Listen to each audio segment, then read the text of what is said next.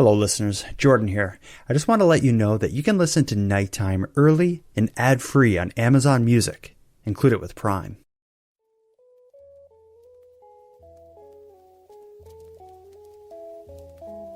You are tuned to the Nighttime Podcast, focused on the fringe of Canada.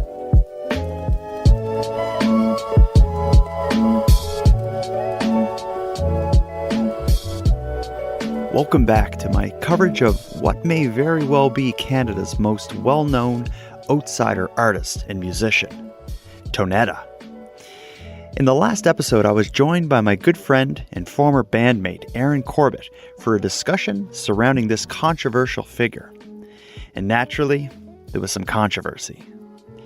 Just as I had expected, a portion of Nighttime listeners really don't share my appreciation of Tonetta.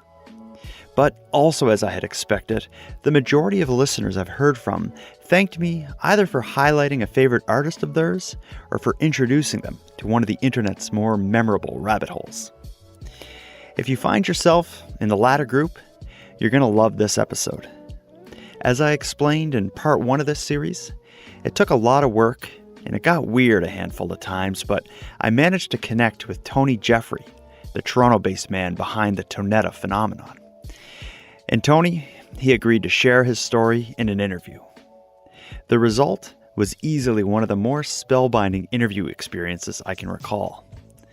Tony's story, it's as wild as you'd expect, but in hearing it, I think some of the mystery that surrounds him will begin to make sense. Let's just dive right in. Just like he did in part 1, buckle up, because it's time to welcome one of Canada's most unique citizens for a no-holds-barred telling of their strange story. Tonight, in this episode of Nighttime, we're joined by Tony Jeffrey, but you probably know him by his stage name, Tonetta. How's it going, all you fuck-ups? How's it fucking going? All I do now is my guitar. And I'll play you a tune.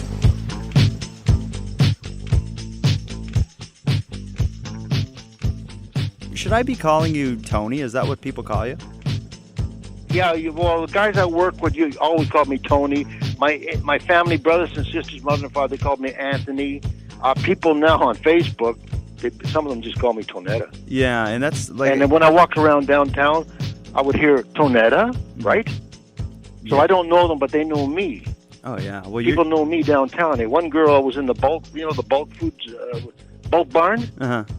I was in there. A girl was at the cash. She said, "You Tonetta?" I said, "Yeah." She said, "Well, I watch you on Facebook. Can I have your autograph?" I said, "Sure."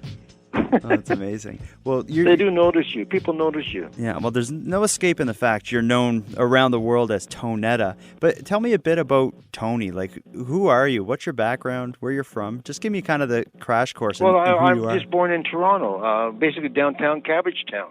You know what I mean? Then we moved to New York. You heard of John Candy? Yeah. I went to school with John Candy Oh, cool.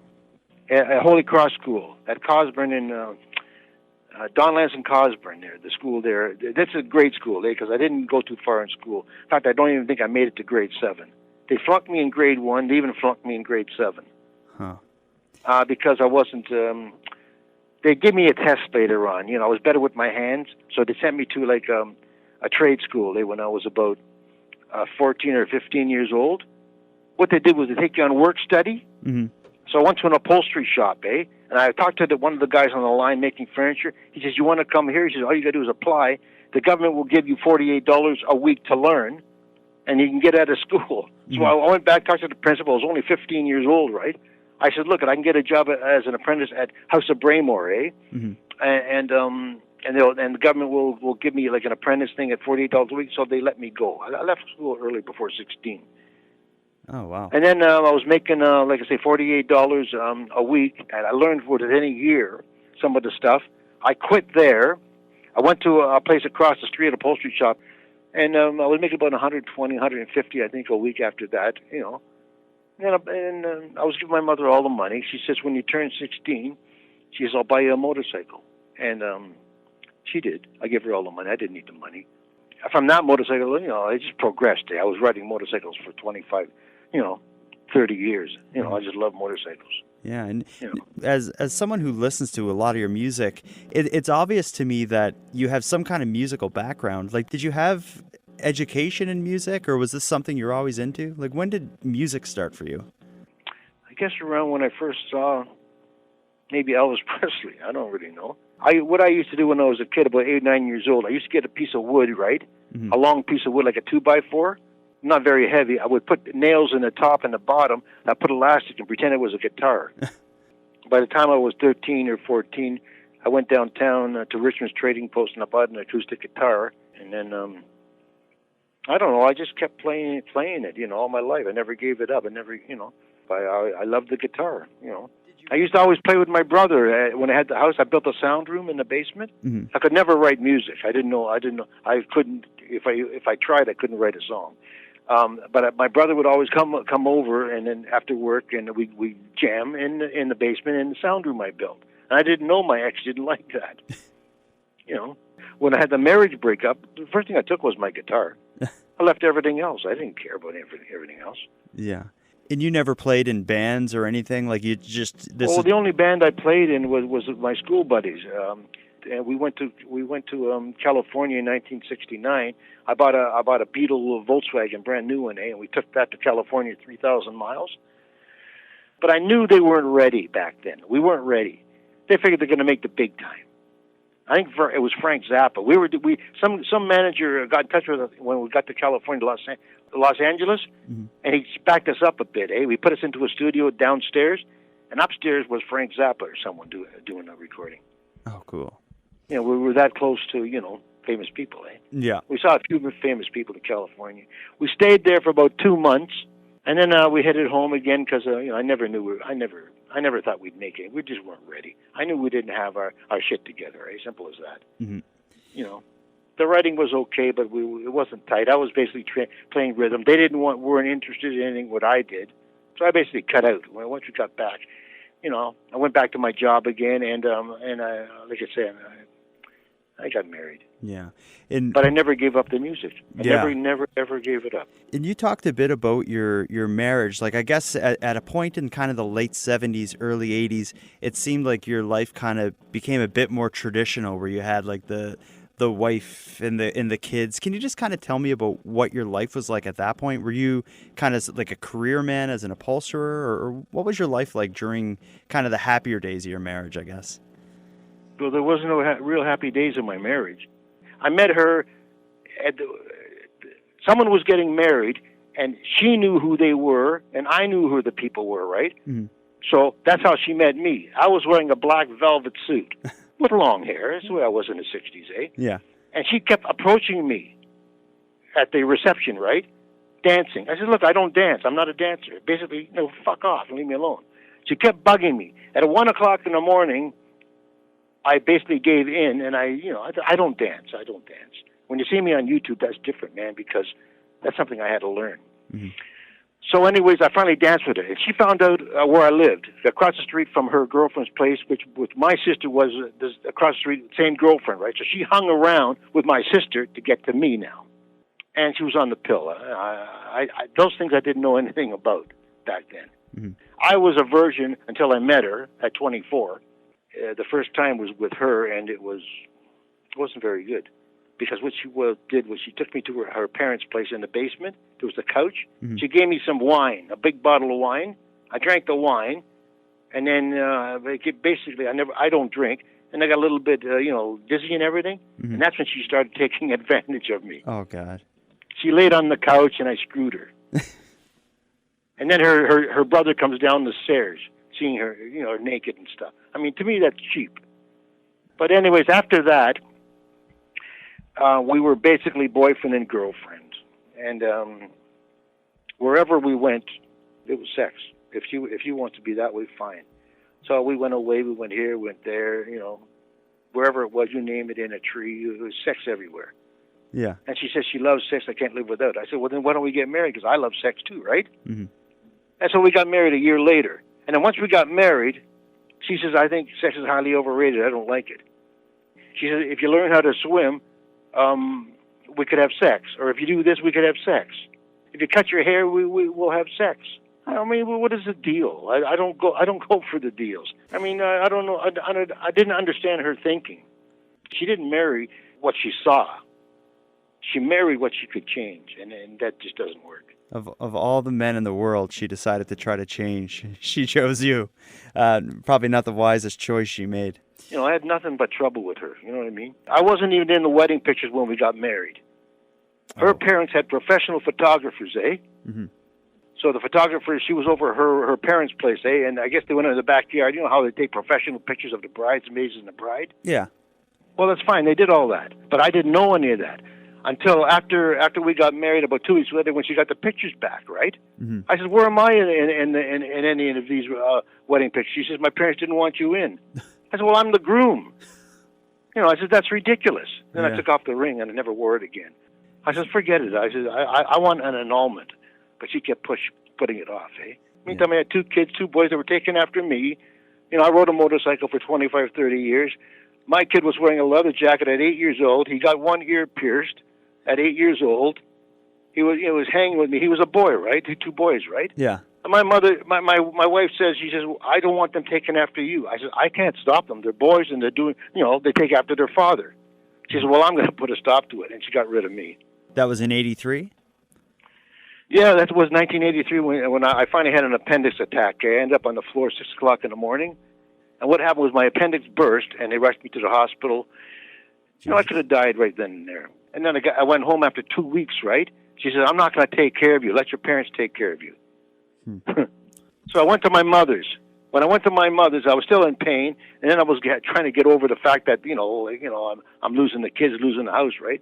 So you got mental damage and physical damage, right, at the same time. I basically had a nervous breakdown. So when I went to my mother's, what she did was she turned around, and she got the law after me. My lawyer said, all Mr. Jeffrey has to do is just pay $325 a month for the 2 kids. But what happened was 2 or 3 weeks later, she got a lawyer again after me saying she wanted twice as much money for the kids.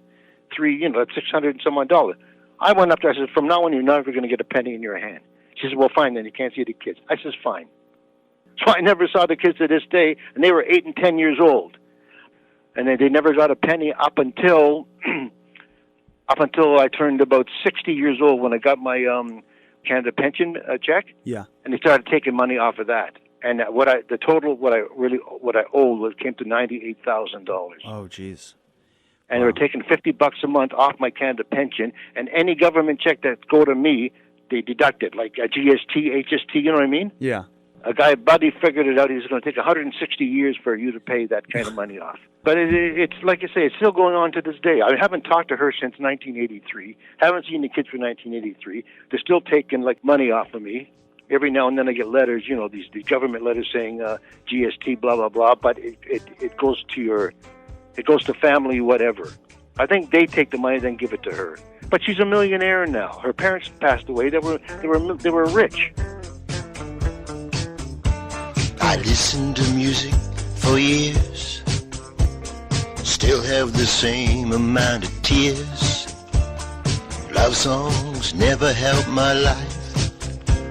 If anything, it made me think twice, 'cause it's all bullshit. Music's all bullshit. Time to flush it down the toilet. Yeah, and a lot of people think that your divorce had led to you blazing your own trail and, taking your own kind of unique route through life. Do you think that was the case? Do you think you leaving this terrible marriage kind of gave you the freedom to just blaze your own trail? Well, I think 100%. Yeah. Someone said, too, you have to go through great pain in order to let everything out of you. And I think that's what happened, because I told you, I said, I had a nervous breakdown very, very bad, eh? It was almost like suicidal stuff, eh? Mm-hmm. If my mind, I was deep in thought. You ever seen a person deep in thought? Oh, yeah. You can't reach the person. I was like that for about well over a year, and people knew it. They said, this guy's just way, The kids, I lost the house, basically lost her, and also I had an appendix attack, so you got mental and you got physical problems. Mm. With the appendix, that was unbelievable. What happened was my buddy said, come on to my place, we'll have a couple beers and this. Meantime, I was on medication. I didn't know you mixed the two. You can't mix the two, right? So we went to a strip joint. He said, come on, I'll take you out. We'll forget about things for a while. I kept drinking beer. And all of a sudden, my head started spinning. I went into, like, epileptic. Uh-huh. Someone, I could hear the stripper there say, grab his tongue, right? And all the nude girls, my buddy said, oh, you got all the nude girls around you trying to help you out. Meantime, I heard the ambulance coming, but he knew that I wasn't epileptic, so he took me in his car, took me to his place. I slept it off, right? Jesus. And that's what happened with that. Oh, man. You know. Do you feel like this is kind of when you really got into, the creation of music and the drawing and the artwork? Like, is it around this, is this kind of like the time that you see this all starting? Well, that was, like I say, it's around 83, 84. Mm-hmm. That's when, like I said, I had to go over to my mother's, and I had a room there. And did you notice on the wall I had my drawings and everything? Yeah. Well, that's my mother's place. And I was in the hall, and I did three, four different quick songs. I think it's called Oldies. I posted that up, and my mother was down. You could see me looking down. My mother she would always be on the couch watching TV, right? I got it along with my mother 100%. Yeah. The videos you mentioned making, like the early days, those oldies videos that you made when you were living with your mom, do you remember what the point of them was? Like, were you making them to share with people, or maybe to find a new band? Yeah, I know. I was sharing it at the time. How were you doing that? I was putting the music on cassettes and the music on VHS, and I would go downtown. You know how you can rent movies and all that? Yeah. Well, just when you walk in the sort of the place before the store, you can put things on the side, flyers and whatever. I would put my cassettes, my videos, just leave them there. Tony's Music, back then I called it. When I first started putting music in, I was giving away cassettes all the time. Just like even just passing them out yourself around downtown Toronto? Yeah, I was passing them out. I was just passing them out. I'd go where I would go. I would give them. I would put my music on VHS on tapes, right? And I would donate it to Value Village, this and that, right? Mm-hmm. And people would buy it and probably listen to it. You know what I mean? Mm-hmm. When I would rent a movie, in a movie place, the very end, you know how the movie's over, you got some tape left over? Yeah. I would put a song on. Oh, great. So it would be a surprise for people. One guy had a ghetto blaster downtown Friday, Saturday night, right? I said, look, I'll give you $20, just play drugs all night. I had a drugs button. I had 1,000 of them made back in '84, because that was one of the first songs I ever wrote. Mm-hmm. And the people think it's about me, but it's not about me. It's about two girls I picked up hitchhiking. One sat beside me. I had a Plymouth Horizon, one in the back seat, and then I put I had the tape running. The one in the back seat. Do you mind if I smoke a joint? I said, do what you want. I don't give a shit what you do. So we're driving downtown. I had the music playing, and then when they were listening to the music, and then when I got them to their destination, she says, one of the girls beside her, she says, do you mind if I say something to you? I said, sure. I said, what do you want? She says, your music. She says, don't you know any more than 3 chords? It sounds like shit. So after that, I let them out. I went home and I wrote drugs about them because they were doing drugs. That's how that song came about. And now it's a hit. That's one of your best songs. Yeah.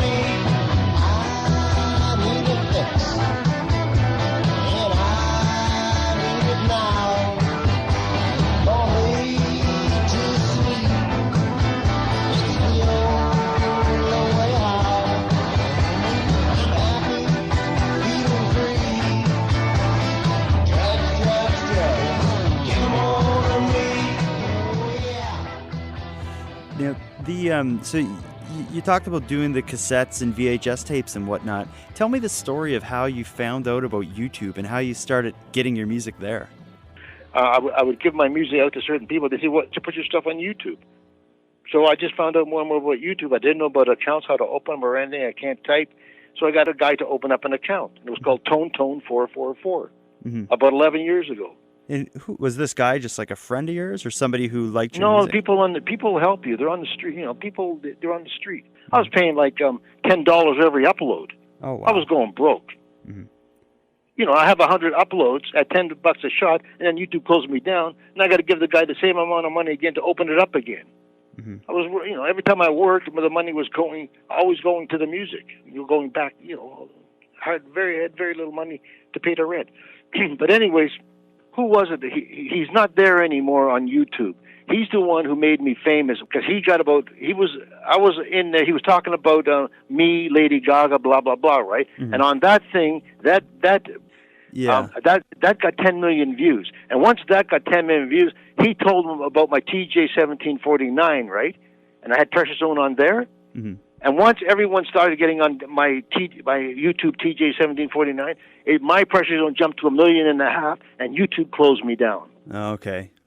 Yeah. They close you down because they're jealous. Yeah. There's no other reason. They closed me down 50, 60 times, these people. Yeah, it's crazy. They closed me down no more than a month ago. They said, you're not allowed to open up an account again. You're not allowed to watch anything on YouTube. What I did, next day, I opened up an account, and I'm up there again. I got 20 subscribers already. Yeah. And YouTube's not saying nothing right now. It says, congratulations, you got over 100 subscribers already. So they're mixed up. Yeah, it's. I don't think they know what they're doing because I'm following the guidelines. But what it is they don't like is me dressed up as Tonetta, shaking my ass as a guy. You know, I mean, you're a guy doing that, right? Yeah. So that's basically the problem. Because I can say anything, swear, this and that on songs and all that, and they leave it alone. Yeah. I don't understand. Why they're even doing it. I think it would be good for them. I mean, as far as nudity, you can actually go on YouTube and watch nudity. You know, and what it is too, they don't like the bulge. You know, when you're wearing your tight pants, you see the bulge. Yeah. So they give me a violation for that. I'm a guy, so what am I going to do? How am I going to hide it? But you can go on YouTube and watch male ballet dancers with the bulge, and they leave it alone. I said, I'm not doing it deliberately. No, my father got a big cock. You know. Yeah. I was blessed. YouTube doesn't realize that, I guess. Even my mother said, she said, boy, you're going to have a lot of girlfriends. Well, I got that, but I also have a lot of boyfriends. You know, it's kind of funny. Yeah. Got a really nice cock. The kind that will make love rock. It's thick, it's long, it's well hung. It's a really nice one. One thing I noticed is it seems like from kind of the early days of your videos, at some point between then and present, it seems like you really ramped up the sexuality. Like a lot of your earlier videos are more about your life and sort of softer love songs. But then there got this point when you started releasing songs like Pressure Zone, where the sexuality is just so out there. Like, can you talk? Yeah, but it's because I was venturing out. I used to go downtown a lot. I used to watch in the village all the gays, right? How they would entertain on the streets and all that. I used to go to Pride every year. They all gave me ideas, new ideas. I was open-minded, and I still am open-minded. I think a lot of gays, I think they're just, you know, how the people put them down, I'll never know, because I think they're very, very good people. They're soft-hearted. They have feelings. They gave me the idea. They're entertaining, but they're using a girl's lip-syncing. So I'm doing the same thing, but I'm using my own voice and my own words. Yeah, and basically that's what I'm doing. Yeah, I know. As far as the character Tonetta, where did that come from? How did you come up with this specific look and you know, in this name? Like, where did Tonetta come from? What happened was when they closed me down the first time on YouTube, Tone444, about 11 years ago, I told the guy, open it up again, and every time I was paying, right? So I opened up, I opened it up again with Tonetta 777. And Tonetta was more like a girl's name, right? Yeah. So I had a mask worth $1. It cost me $1 value of the village. I put the mask on, right? So I started wearing a mask and acting a little bit feminine, and then I was getting views. Yummy Yummy Pizza the same night got 6,000 views on a Saturday night. So He phoned me, the guy. He said, you got me. I said, yeah, what about it? He said, it's already up to 6,000 views. Wow. And then I started doing more and more about the Tonetta, wearing a dress, wearing this, wearing that. You know what I mean? yeah, and it's just That's how it evolved. that you didn't think it out. You just came up with that. Oh, yeah, no. It's like I'm being driven. I'm being told what to do. Mm-hmm. That's really what it is, I think. And I'm being guided. Yeah. Like pressure zone, eh? I don't know how I came about with those words, but it just went down so quick on paper. And I never thought that one would do as well as it did. But it was just in my head. I can't wait to put it in my, you know what I mean? It just all happened. yeah, but it's like, sorry. well, if I tell you something, you mightn't believe me. What has happened to me back in '84, eh? What's that? I followed John Lennon all my life. Mm-hmm. So therefore, I didn't have to write a song. It wasn't important to me because I had somebody to listen to. It's like some people, they follow Prince, right? And this and that, right, till they die. Well, I followed John Lennon till he died in 1980. And then I think there was a turning point in 1980. Something happened to me because I didn't accept the fact that he was dead. I just wouldn't accept it. People say, oh, Lennon's dead. I knew he was dead, but, sometimes you just don't accept it anyways. Then it was when my marriage broke up, this and that, 83, 84. I had a nervous breakdown, and I thought in my head that if I ever go to sleep, I won't wake up, I'll die. So I forced myself to stay awake for 3 weeks. Huh. My brother said you shouldn't do that. You shouldn't force yourself. I did. Every time I would do it, I would wake up, or I would go out all day. I would never sleep for 2 or 3 weeks. I was laying on a couch in the basement in my mother's place, eh? And then a spirit or a force, went right into my body. And I figured that thing, that spirit, whatever it was John Lennon. And I'm not sitting, And then after that, I started writing music.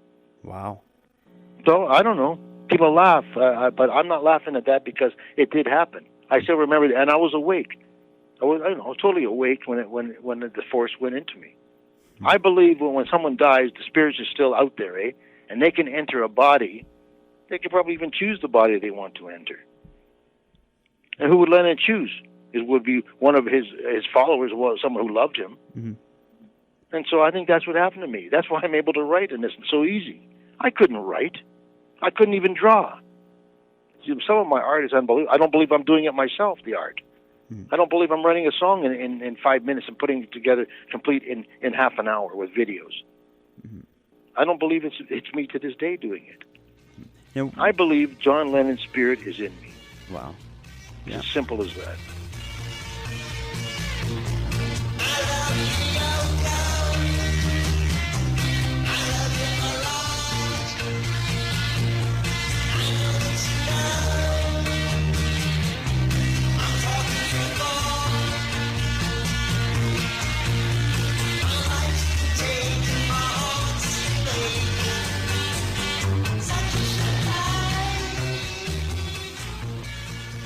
I just want to ask you about the actual recording process and your equipment. I've always been a fan of kind of vintage and rare guitars. Like, I see a lot of the equipment you're using is stuff I've never seen before. I'm guessing you've come across this stuff in interesting ways. Like, tell me about the equipment you have and where this stuff came from. Well, there isn't. I have just an old guitar I paid $35 for from the 60s. Mm-hmm. So it looks different because I took a saw to it. I chopped it up and I repainted it and stuff. When I'm putting a song together, I don't even bother tuning it. Mm-hmm. And then that's the guitar. It was $35. And also my 8-track, it's just an 8-track Fostex digital. Okay. And it's falling apart. I paid $40 for that. I'm looking for another one now. Okay. And I have a mic. I have a bass guitar Vantage, which is, I never changed the strings now in about 30 years. I don't bother with it. I figured, hey, the people are accepting me the way I am. I won't even touch anything. Yeah. I don't have more than $100 worth of equipment that I use. And you have a drum machine? Is that where the drums come from? Yeah, I have what is it, Fostex? It could be a Tascam. It's a Tascam, like a drum mixer with different beats, but I never use it, never go back to it to change the beat. I leave it alone because, I don't know, I guess I just don't care. Yeah. Well, it's that drum beat is the Tonetta sound, I find. But what about the videos? Like I heard you find a lot of the women's clothing and stuff. I heard you find a lot of that. Like, where do you come up with your costumes and wardrobe? Well, a lot of people sent me it too. The girls, they send me their bras, their pantyhose. You know what I mean? Mm-hmm. I get a lot of that too. I got buddies who I know in Toronto that before the stuff goes to the Goodwill or Value Village, right? They throw bags over my balcony to see if I want any of this stuff. And I hold on to it all. Some of them I use, and the ones I don't, I throw back in the box. You know what I mean? Mm-hmm. But no, I had about 3-4 guys, and I said anything. I said I don't care if it's girl stuff, pantyhose, whatever. I said I could put something together and do an act, right? Mm-hmm. I got all kinds of wigs and stuff. Oh yeah. I got masks, But masks, I'm selling masks. Yeah, I've been watching on Facebook. He's selling the well, you're selling all sorts of things. Tell me about that. Like, what are some of the? I'm selling my own sperm. Do you see that? I didn't see that, but I'm not surprised. I'm saying they're buying it. They're buying my own sperm on a chain. Wow. What I do is it's liquid, right? It is 100% sperm, my sperm. Mm-hmm. So I boil it. I add gelatine. It's the hardener. Yeah. About a teaspoon of that in it. I let it form it into I have a rubber, like a nipple mold. Yeah. And then I just put it in the fridge. It hardens. Wow. And then it hardens like a rock. Then I drill a little hole in it, and it's done. And I've already sold 3 or 4 of those. Yeah. And you were selling toenails or fingernails, I think, for a while. Yeah, those 2. I still have about 5 to sell. Wow. So what are some of the, like, aside from the sperm and the fingernails? My teeth. I sold my teeth. Yeah, I saw that. 2 of them. I couldn't believe it. I had 2 teeth pulled about 4 years ago, and it was $120 with X-rays. I figured I'm gonna post this on Facebook, see if somebody wants to buy my teeth. And I said, all I want on Facebook is $120. Some guy the next day sent me $300. He bought both the teeth. I said, why'd you send me so much? All I wanted was 120. He said, yeah. He said, but you put a video together along with it, and your mouth was bleeding. I felt sorry for you. Oh God. So he sent that. Yeah, well, it's your community of people that follow you are definitely an interesting group. But the one thing is for sure is they support you and they want to see you continue to do this. Like for people who are out there listening to me or watching your videos that want to help you, do more of this. What can they do? Like, would you suggest they go on Facebook and buy this stuff from you, or how can we help you? I don't believe in that stuff. I leave it up to them if they want. My music is free. You know what I mean? I put it there for free. That's what it's all about, because I'm getting an old age pension, and it's not necessary. Mm-hmm. I have no intentions of going out there buying a car, buying a motorcycle, buying a big house. I have no intentions of this. No, it's interesting. There's this idea of somebody becomes so rich they have what they call fuck you money, meaning like you have so much money nobody can tell you what to do. The way I see you after talking to you now, it's like you may not be rich and wealthy, but you have enough for what you need. So it's almost like you have that fuck you money. You just are doing, it seems like, whatever you want, and you don't really you don't need much from anybody. No, but isn't that the best way to live? Absolutely. Without so many bills. Mm-hmm. Everything you own is pressure on you. Mm-hmm. It's stress. Yeah, it's stress. It's. I never cared for owning so much things, so I don't need the money that bad. Mm-hmm. You're just. But also, too, at the same token, I don't want to give things away, because you shouldn't do that. Yeah, no, people should pay something for, but the music I'm actually giving them all, Mm-hmm. But I have my music on Bandcamp, But I could put another 200 up there if I want. Mm-hmm. But people are, once in a while, they're buying. Yeah. And like all these old songs that you have, I'm just kind of imagining in your apartment there, do you have just like a shelf of like all your old tapes and VHS and cassettes and all that stuff? Like, where is all this stuff? I don't know. It's all over the place. I have downstairs as a storage space for 24 years. All my writings, a lot of my writings were in there in a suitcase. Mm-hmm. I never went down there after even 23, 24 years. Maybe it's not even there anymore. You know what I mean? Maybe they cleaned it out. I have tapes, I have DVDs, I have cassettes. Everything's all over the place. The reason why I was doing all this, because someday I was hoping to go into a studio and doing everything right, and that never happened. Yeah. I just wanted to keep records of my stuff, right? In case later on in the future, I want to do. I meet maybe a group or a band, and then I want to do it right. But that just never happened. Yeah. I've turned down tours. I've turned down downtown gigs, $500-600 a night. I've turned it down because I don't want to play live. And why is that? Why don't you want to? Because I figure you don't know, you're a target. John Lennon was shot. Some guy would love to shoot me just to be famous. Mm-hmm. You know what I mean? Yeah, but either way, there's no concert that's going to give you the reach that the YouTube channel and Facebook has given you. Like every time you release a video, it's basically a concert with, people from all over the world are watching you and appreciating what you're doing. Well, people say you have a big fan base. I guess maybe, I don't know if I do or not. No, you do. People say you do. Well, then if that's the case, then how come I don't have a lot of views on my music? Mm-hmm. But I do have a lot of people ordering things all the time. Yeah. I got a burr on my foot, dirt up my ass, girl on my mind. She's first class. I got friends on Facebook giving me advice. I say everything is alright, thanks to Facebook. I sell this and that, but mostly to our fans. I thank for being part of my life. I say everything's alright. Yeah, let's hear it now.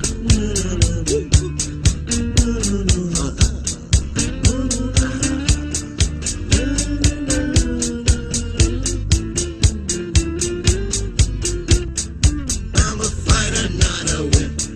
Giver, not a pimp. I do what I can to survive. I say everything is alright, thanks to Facebook. I sell this and that, mostly to my fans. I thank for being part of my life. I say everything's alright. Everything is alright. Yeah, everything is alright. Everything is alright. Thank you, everybody.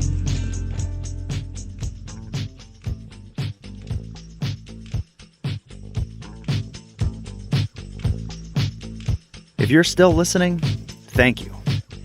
My biggest fear going into this interview was that I would accidentally dispel some of the mystery that surrounds Tonetta, and as a consequence, diminish some of the magic that so many fans get lost in.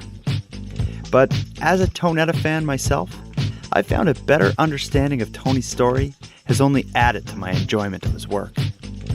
In the end, love him or hate him, Tony Jeffrey is one of Canada's most brilliant artists. And I stand by my prior statements. If there were more artists willing to take their passion as far as this episode's guest, the world would be quite a bit more interesting. Now, before we part, I have some thanks. First, a massive thank you to Tony Jeffrey for sharing his amazing story here on Nighttime. Tony, next time I'm in Toronto, I hope to meet for a coffee. Perhaps I'll even bring a guitar along and coax you into your first public appearance. The faces of the other coffee shop patrons during an unexpected Tonetta performance would be worth the airfare alone. Next, a big thanks to my partner in music, friendship, and the weird, Aaron Corbett. It was a blast having you on part 1 of this series, Aaron, and I'm excited to do it again soon. And then, of course, the biggest thanks of all goes out to everyone listening. Without you, I'd have no excuse to spend so much of my time putting this all together. For anyone out there who wants more Nighttime, please consider supporting my Patreon campaign. For $1 a month, you can access the ad-free premium feed, which provides early releases of the episodes.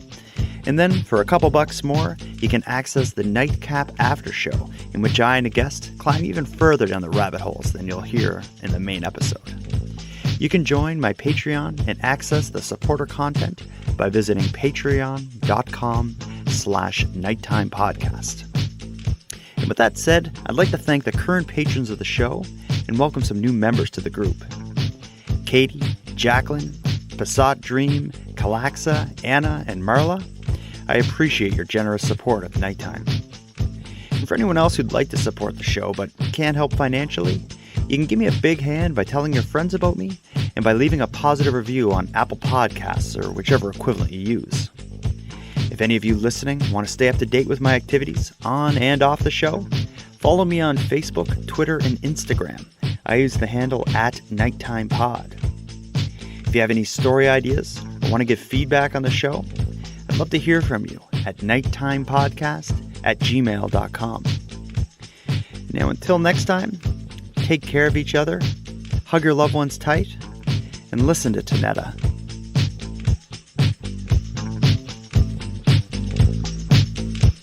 The Nighttime Podcast is written, hosted, and produced by Jordan Bonaparte. Copyright Jordan Bonaparte. Well, you know Daniel Tosh, right? Yeah. Well, I was on there. You knew that? Yeah, I knew that. Yeah, well, that was, he even paid for my passport. Oh, that's great. He paid for my teeth. Did he? Good. That's amazing. Well, he says, I said, if you're doing an interview, he said, my upper teeth are all shut. He said, well, we'll send some guy to make you a mold like celebrities wear, eh? Mm-hmm. So he said, once you get into Los Angeles, we'll send him up to your place. It'll be about 11:30 at night. He came up. He took a mold of my upper teeth and low. No, just the upper things. I can't remember. But anyways, I said, how much you charge them? He said, I'm charging them $1,200. I said, why so much money? He's because they want it tomorrow morning. Wow. They spent over $6,000 to get me there. Wow. Well, like I said, you're worth every penny of it. You know, with the flight, with the Marriott Hotel and all this sort of stuff, right? It all came to, I figured it out. They spent about $6,000 just to get me there. Now, I don't even know if Tosh Point is still around. I don't think it is, but people still watch and listen to the old stuff, so I'm sure people are still finding out about you from it.